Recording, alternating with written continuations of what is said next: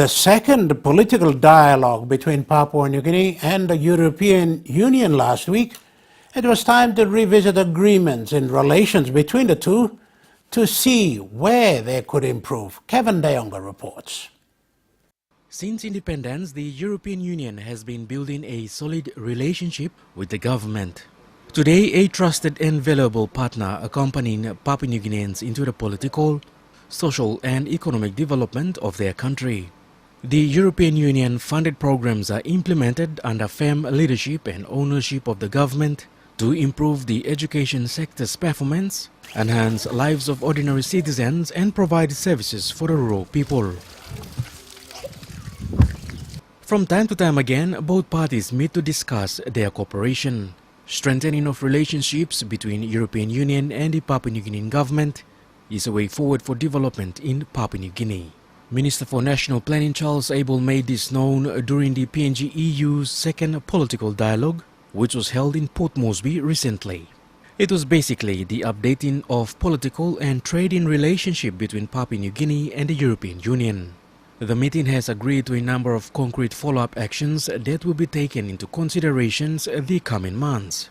Minister for National Planning Charles Abel said both sides will continue their dialogue on various issues. And the European Union market is a huge market. It's very, very important to us in a trading sense, and we continue to rely on them in that trading relationship and the political relationship. But also we have very important development cooperation going on. And it's important to underscore that the relationship that we're building through the development cooperation is to help Papua New Guinea to develop that long-term sustainable trading capacity. Being one of the development partners, Mr. Abel says the EU plays a major role in terms of marketing resources. In doing so, it will create more job opportunities and generate income for our people. We discussed a range of topics. Many of them are not particularly new topics, but we took the opportunity to ask the European Union to also give us an update in terms of what is happening in the political sense. I then discussed and explained about our planning and development strategy of the country, just to clarify some of those points. We discussed further on the trade matters and political matters. The interim economic partnership arrangement was discussed, and that ongoing dialogue there to develop a trading framework for the region, and we're sort of progressing it now more in terms of the interim EPA and the initially more of a bilateral approach. But of course we want to trying to best to bring in some of the other Pacific countries, in particular Samoa and Solomons, into that relationship, and Papua New Guinea demonstrating more and more regional leadership in that sense, in terms of establishing that underlying basis of the trading relationship, and then trying to bring some of our smaller brothers and sisters in the region into the relationship.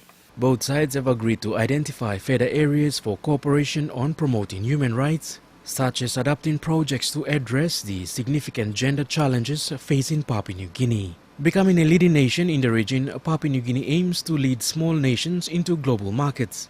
And one way is to ensure this comes into reality by setting up a regional training center. On that note, it also aspires to promote sustainable fisheries, to maximize economic returns, and to become the tuna processing capital of the Asia-Pacific region. But issues surrounding the matter are immense, and the government does not condone or support illegal fishing in any form. During the dialogue, Minister Abel says this focus on development has meant that some of the policy and legislation necessary to manage the growing industry did not receive enough attention. Illegal and unregulated fishing that continues to be a concern, and our country is trying its best to address those issues so that we address the concerns raised by the European Union in terms of some of those issues. But we have to be frank as well and say that there continues to be concerns around the poaching, and particularly in the coastal fisheries I mentioned, and some of those. It's not just about tuna, but we have some other important marine resources, such as trepang, which are very high value marine products, becoming more and more scarce in the world, and we need to make sure that we properly manage those resources so that they are sustainable and the benefits accrue back to our people, not to people that are uninvited guests that are coming in and taking some of those resources. And so we need to be continued assistance around surveillance as well. We discussed also in terms of our global sourcing rights that are very important to us, because we are building this industry onshore now with the creation of over 50,000 jobs out of this relationship with the European Union and bringing our industry onshore.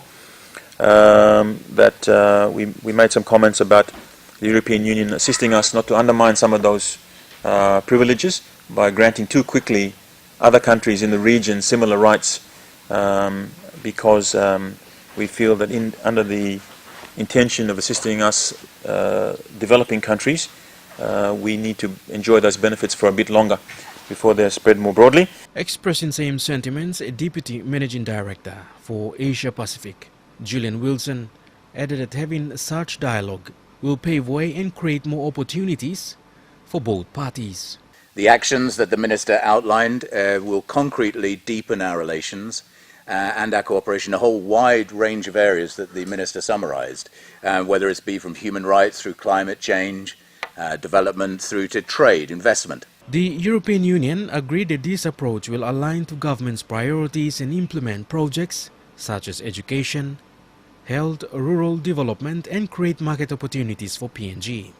But I certainly feel from the European Union side the importance that what we agreed today does take us concretely further to creating the alliance with Papua of being an equal partner bilaterally, but also an increasing partner regionally and globally on such important issues as the Minister covered, such as on climate change or illegal fishing.